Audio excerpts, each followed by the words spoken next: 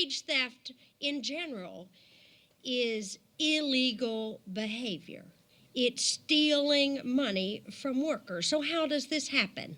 As Tiffany talked earlier, it's not paying workers the minimum wage. There was a big study done a couple years ago of 4,300 low-wage workers in Chicago, New York, and L.A. These are workers $10 an hour or less. This survey found that 1 out of 4 low-wage workers isn't paid the minimum wage. It found that when workers work overtime, 76%, 3/4 of low-wage workers aren't paid the overtime pay that they're supposed to have. Now, how does that happen? Well, employers just say, I don't pay overtime. Your position isn't covered by overtime.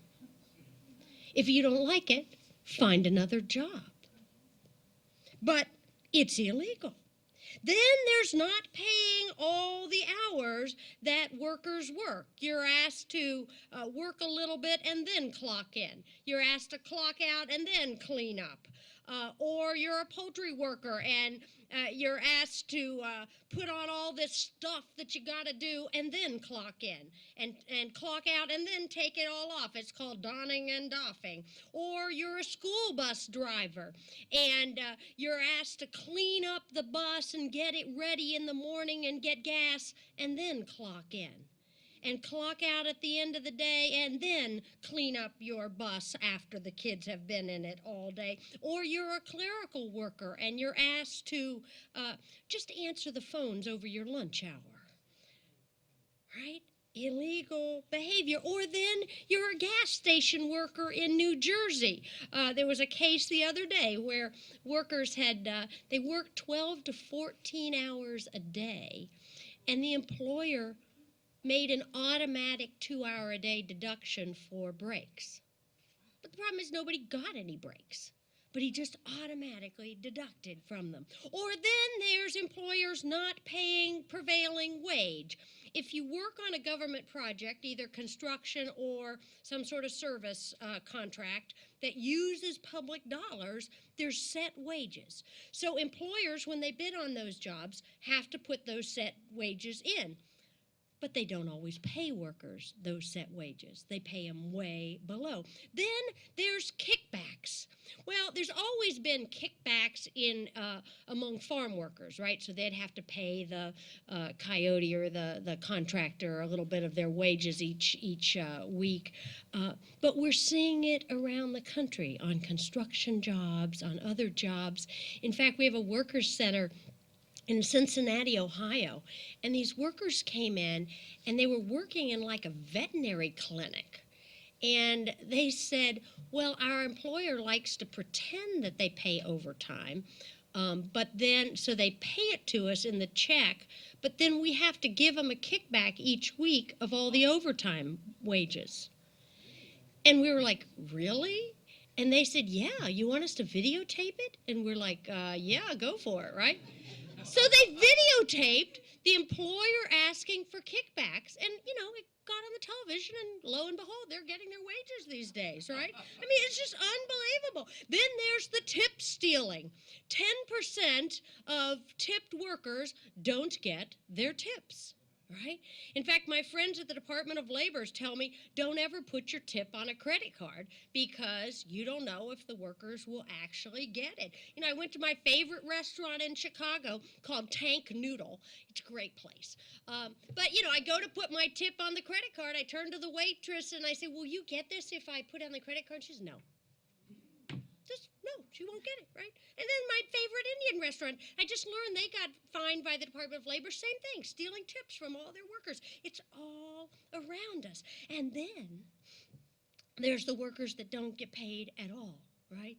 Every survey of day laborers in the nation, every single survey shows workers have all had the experience of working all day and not getting paid at all. And then there is payroll fraud. Fraud. This is calling workers independent contractors when they're really employees. This not only steals from workers, but it steals from the public coffers. It steals in payroll taxes, in workers' compensation, in unemployment insurance. This is one of the reasons we have crises at our state budget levels. It's not because workers are paid too much. It's because employers are defrauding the government and not paying their fair share. This is payroll fraud. Now, I'm eager to learn more about your campaign here because this whole dependent contractors, that's a new term for me, right? I mean, every time I think I've heard it all, I hear some new scheme, but it does sound like a scheme. So these outlaw industries that are defrauding workers and defrauding the government are widespread in construction. You know, we did a survey a few years ago of work sites for Pulte Homes. This is the nation's largest home builder, right? The nation's largest. So we go to the work sites. We didn't find a single worker paid as an employee. Every single worker was paid as an independent contractor. Most of them worked for these flat $300 a week wages. They would work 60, 70 hours a week, so they're getting no overtime. They have no workers' compensation. They have no unemployment. Nation's largest home builder, widespread problem in construction, widespread problem with truck drivers. I know Working Partnerships has been doing some phenomenal work with port drivers, right? Again, paid as independent contractors. I just learned the other day that the installers, you know, for those Dish Network and DirecTV, almost all of them are paid as independent contractors. They're not independent contractors, right? They're employees. They're doing a job for these companies. They're paid as independent contractors. Then there's janitors around the nation. They're called independent contractors. Well, you buy your own supplies. Yeah, right. And my favorite one, I was talking to a guy that works for the New York State Department of Labor, and he said to me, Kim, we got a call the other day, and we were asked to investigate gentlemen's clubs. And he said, can you believe I'm trying to explain to my wife I'm investigating gentlemen's clubs? Oh, yeah. And they were all paid as independent contractors, all the dancers. All the dancers in New York State paid as independent contractors. And then I've learned that's true almost all over the country. Again, this is fraud. It's stealing from workers, and it is stealing from the public coffers. So let's call it what it is. You know, sometimes people have called this misclassification. Now, what does that imply to you? It's an accident. They just checked the wrong box, right? This is not an accident. This is intentional fraud, and so we need to be clear about calling it what it is. So why do we have this kind of crisis of wage theft and payroll fraud? Well, clearly it's about greed, right? Greed, it's nothing new, right? We had greed in Deuteronomy. We've had greed throughout the ages. So this is nothing new. We have greed in our country. I think what is new or has deteriorated is the pushback forces against greed and the environment for workers that have made this greed allowed to just kind of take over. So let's talk about what I think are some of the main pushback forces against wage theft. First, unions. If you have a union, you're probably not going to have wage theft because they're going to make sure that you get paid what you work. But increasing number of workers in this society are not represented by unions. 7% of private sector. That's right. 7% of private sector workers are in unions, and so 93% are not and don't have that protection. So I think the declining numbers of workers, percentage of workers in unions, I think is one of the reasons we have this expansion of wage theft in the society. A second pushback force that is actually a growing force around the country are these worker centers like Tiffany was talking about. There's about 200 of these worker centers around the country, different formations, that are really kind of stepping forth to play a role that unions have historically played, that social services have played, that government agencies have played. But they're small. They're doing, not able to see as many people. But they are playing an important pushback role in the society. Then we have our government enforcement agencies. At the federal level, the Federal Department of Labor has a division called the Wage and Hour Division. That's the division that's supposed to be stopping wage theft. Well, they're so proud of themselves because they've increased their staff. They're now up to 1,000 for the nation. So we're talking each staff person's responsible for 130,000 workers. We wonder why there's wage theft abounding. I mean, they can't possibly do the job. And you think, well, maybe the states are taking care of it. Well, in the nation, it's a little hard to get the calculations because they keep laying off all the state enforcement staff. But at most, there's probably 700 enforcement staff in the nation. And frankly, you've got 100 of them here in California, right? So you're got more than your share. You agree, yeah, claim it. It's really, but it's nuts, right? You got the state of Florida, right? They have a lot of people in Florida. The state legislature voted out the Department of Labor. They got rid of it altogether. Or, that was brilliant. And then, Alabama has 3 enforcement staff for the entire state, and they're not allowed to do anything but take calls. So they can get a call, they can hear how bad things are, they can call the employer. So they call Eric and they say, Mr. Employer, will you please pay the worker? And if Eric says no, they say, well, have a blessed day. I mean, there's nothing they can do, right? They have no enforcement power, right? They can just call and ask. Well, so the bottom line is, no one is worried about the Department of Labor coming to investigate them. Again, this is an issue that can reach people because it is so fundamentally unfair that people would work and not get paid for their work. This is not complicated. And so it is, I think, a great time. We're losing on lots of stuff. I don't think we're losing long term because we are, in fact, having incredibly interesting conversations right now about the role of public sector and the need for job investments. So I think there's, hopefully we'll make some gains over the next couple of years.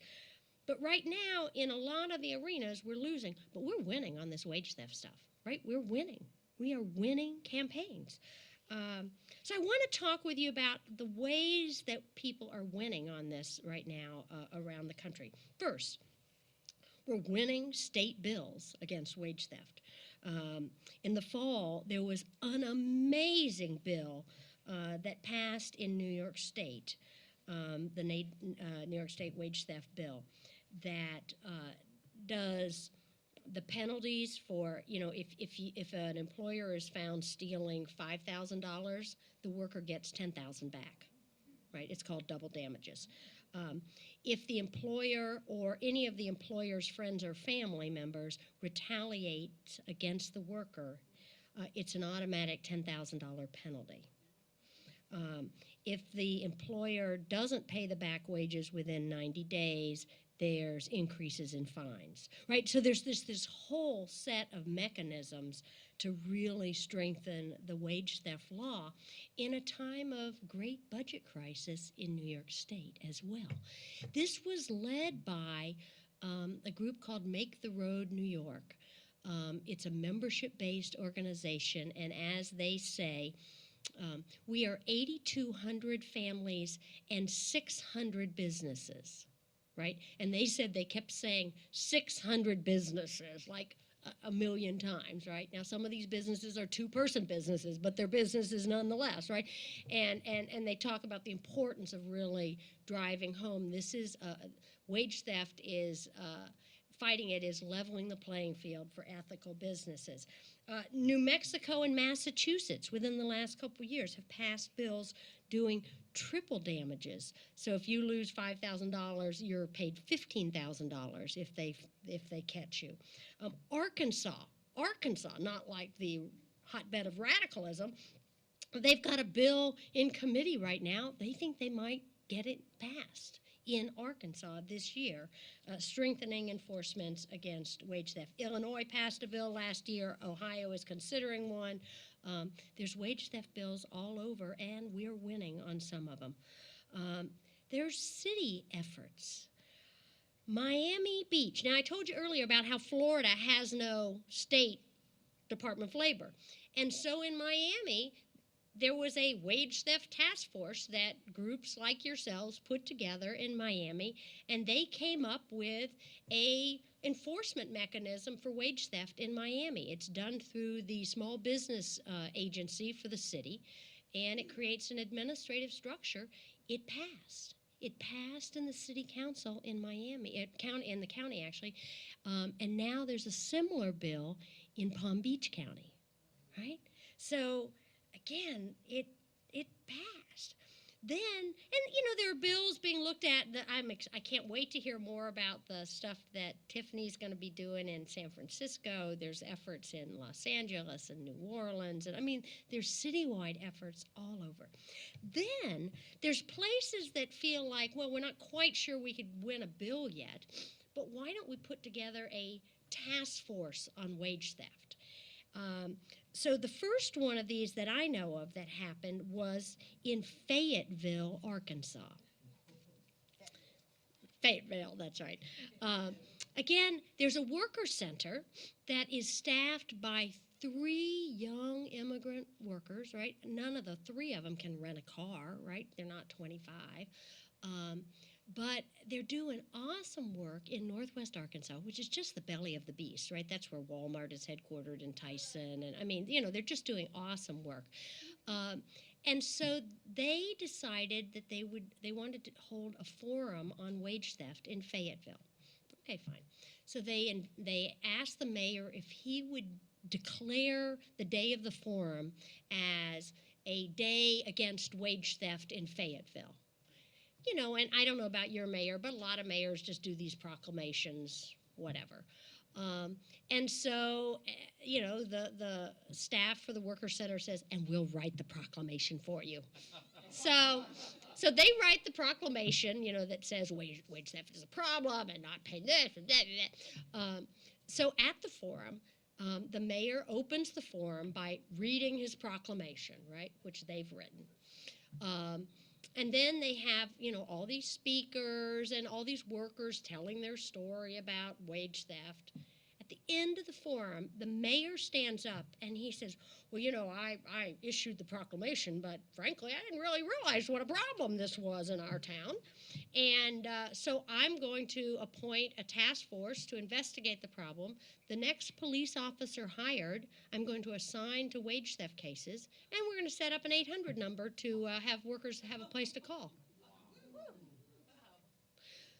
So I think this is cool, right? This is cool.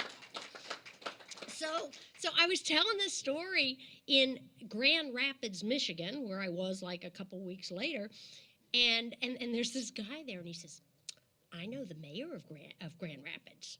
He says, I taught him in seminary. Okay. And so sure enough, he gets, you know, 25 community and religious leaders. They go meet with the mayor, and he agrees to set up a task force in Grand Rapids, Michigan, right? This is a big town. And so they've now got a new task force that's surveying workers in the community, trying to understand the extent of the problem, and they're going to come out with a whole set of recommendations around doing a bill in Grand Rapids as well. So I think these task forces are totally, totally cool. And then there's all the direct action. Now, this is really being led by the worker centers, right? An employer doesn't pay workers, and people show up and try and get the money. And it's done. I know Tiffany could give you a dozen stories on how it's done. But it's usually you either show up at their workplace or you show up at their home. And, you know, you take a group of workers, you take a group of religious leaders, and you show up in their restaurant and say, we need you to pay these people. And we'll just stand here until you pay us, right? And it's a little disruptive to business. Or in Austin, Texas, we have a workers' center there, that does primarily work with construction workers. And, in construction, the contractors, they don't have a office except at their house, right? And what they've done is they've really they have these prayer teams. So they get religious leaders and they have all the forms filled out, for filing a complaint with the Texas Department of whatever it is. But they go to the contractor's home and they say, look, we filled out the forms, we can file all the complaints for not paying these workers, but why don't you think about paying them? And while you're thinking about that, we're going to pray here on the doorstep.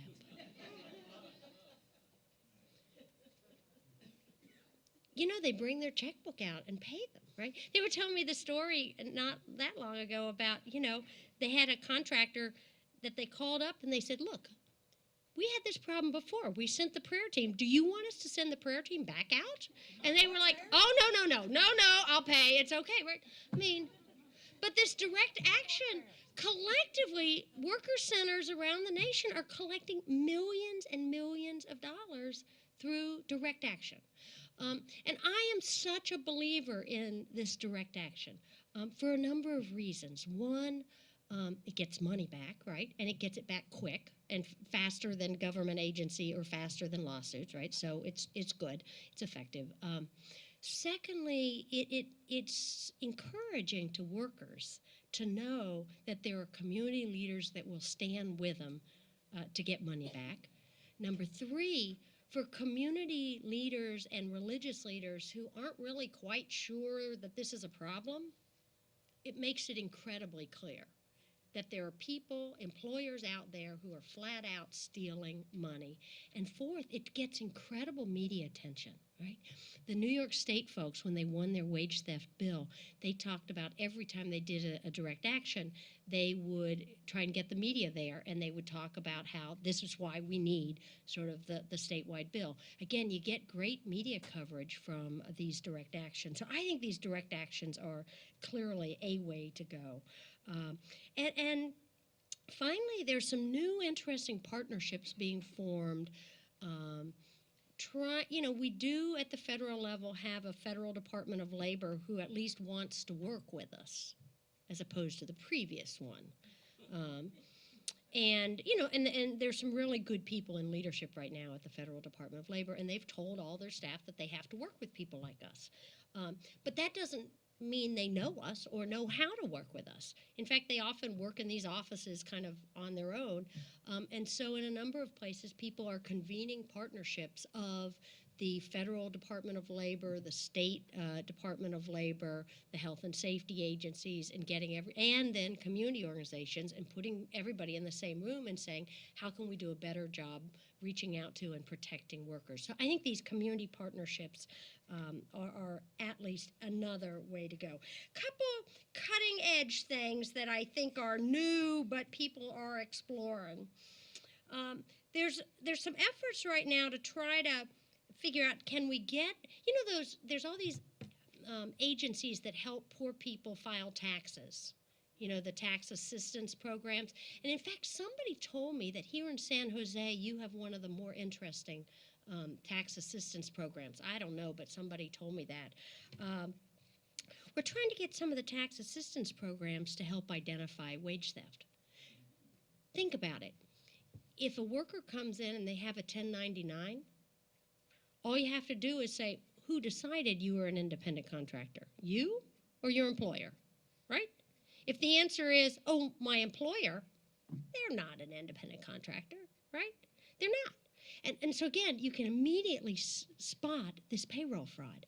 Or if they come in and they show a W-2, which is what most people should have, you say, do you ever work more than 40 hours a week? And they say, yes. Do you get overtime for it? Probably no, right? 76% of low-wage workers aren't paid for it. It's an immediate spotting of wage theft. So then, if you could do that and put that together with a place where people could, with the government agencies or with a worker center, just feels like there's some real potential on this over the next couple of years. I'm really pushing trying to get high schools and community colleges to do education of workers because young workers get taken advantage of. They work in retail, they work in restaurants, they work in sectors that are rife with wage theft. We ought to be telling young people what they need to know how to vote, but they also need to know how to protect themselves against wage theft. And we've got to be figuring out how we target some of these industries that are really stealing wages. And when we do this, probably the way to do it is in collaboration with unions that are really organizing in those sectors. I know there's efforts with the port drivers to both have organizing and going after their wage problems. The Teamsters are doing some awesome work with school bus drivers, where they're doing wage theft surveys with school bus drivers. And so they're both trying to organize and help them collect their back wages. So again, I think some collaboration on industries is the way to go. Let me close by saying a few things that I think each one of us can do individually to help stop and deter wage theft and payroll fraud. First, join the local campaign, right? I can't wait to hear more about the local campaign here, but it will need all of you in the area to support it. Secondly, organize some sort of study around wage theft. I've gotten bolder and bolder as I've talked more about this, because you can't talk about the issue and not have people in the room who've been victims of wage theft, right? How many folks in this room have been a victim or know someone who's been a victim of wage theft? There you go, right? Again, if you start explaining it to any group, people will know about it, right? But they all thought it was just an isolated problem. It just happened to them, right? And people think about problems differently when they realize it's not just them, it really is everybody. And so some sort of study, use my book or use some other book, I don't care, right? But do a study, congregation, school, community, let's get people talking about this. Third, ask how workers are paid, especially if you're hiring anybody, right? If you're hiring a contractor for your organization or somebody to do anything at your house or cut your grass, if you don't ask how workers are paid, you are probably participating in wage theft, right? Because so many contracted services aren't paid fairly and rightly. Leave your tips in cash, an easy thing to do. If you hear about a family member or a friend who's had their wages stolen, help them fight back, because it's not just them, right? Whatever that employer is doing to that worker, they're doing to a bunch of other workers too. And so it's really important, because it not only gets that worker learning how to fight back, but it stops the employer, or potentially could help stop that employer from taking advantage of other folks. And finally, let's talk about this with people. There's not that many issues where talking matters all that much. But it actually does help on this one, right? If we can get people talking about it, I think we can change what's going on around the country. Now, 9 to 5, I'm like a big fan, right? I've been a friend of Ellen Bravo for years. I've watched you grow and do awesome work. And I'm so excited that you are helping with this fight against wage theft, because I think your voices added with those around the country really can help stop this problem. Thank you.